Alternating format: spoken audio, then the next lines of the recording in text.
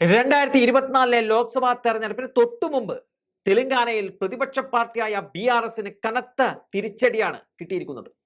Greater Hyderabad deputy mayor M ശ്രീലതയും ഭർത്താവായ BRS trade union പ്രസിഡന്റുമായ ശോഭൻ റെഡ്ഡിയും കഴിഞ്ഞ ദിവസം കോൺഗ്രസിൽ ചേർന്നിരിക്കുകയാണ്. കോൺഗ്രസിന്റെ സംസ്ഥാന ആസ്ഥാനമായ ഗാന്ധി ഭവനിൽ വെച്ചാണ് ഇരുവരും ഔദ്യോഗികമായി പാർട്ടിയിൽ ചേർന്നിരിക്കുന്നത്. തെലങ്കാന കോൺഗ്രസ് ഇൻചാർജ് കൂടിയായ ദീപദാസ് മുൻഷി ശ്രീലതയെയും ശോഭൻ റെഡ്ഡിയെയും പാർട്ടിയിലേക്ക് സ്വാഗതം ചെയ്യുകയും ചെയ്തു.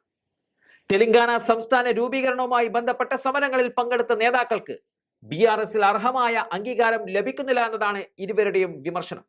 അപമാനം സഹിക്ക വയ്യാതെയാണ് BRS നേതാക്കൾ കോൺഗ്രസിൽ ചേരുന്നത് എന്നതാണ് ഗതാഗത മന്ത്രി കൂടിയായ പൊന്നം പ്രഭാകർ പറഞ്ഞത്. മാത്രമല്ല, കോൺഗ്രസിൽ ചേർന്ന എല്ലാ നേതാക്കൾക്കും പാർട്ടിയിൽ അർഹമായ സ്ഥാനം നൽകുമെന്നും അദ്ദേഹം ഉറപ്പു നൽകുകയും ചെയ്തിട്ടുണ്ട്. കോൺഗ്രസിൽ ചേരുന്നതിന് തൊട്ടു മുമ്പ് ശ്രീലതയും ശോഭൻ റെഡ്ഡിയും മുഖ്യമന്ത്രിയായ രേവന്ത് റെഡ്ഡിയുമായി കൂടിക്കാഴ്ച നടത്തിയിരുന്നു. ഈ നേതാക്കളുടെ വരവോടെ ഹൈദരാബാദ് മേഖലയിൽ കോൺഗ്രസ് വലിയ മുന്നേറ്റം നടത്താൻ തയ്യാറെടുത്തിരിക്കുകയാണ്.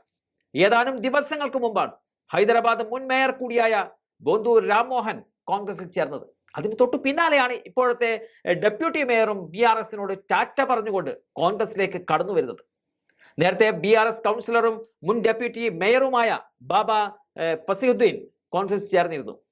2016 മുതൽ 2021 വരെ റാംമോഹനും ഫസീഹുദ്ദീനും മേയറും അതുപോലെ ഡെപ്യൂട്ടി മേയറുമായിരുന്നു. അടുത്തിടെ നടന്ന അസംബ്ലി തെരഞ്ഞെടുപ്പിൽ ഈ മേഖലയിൽ കാര്യമായ മുന്നേറ്റമുണ്ടാക്കാൻ കോൺഗ്രസിന് സാധിച്ചിരുന്നില്ല.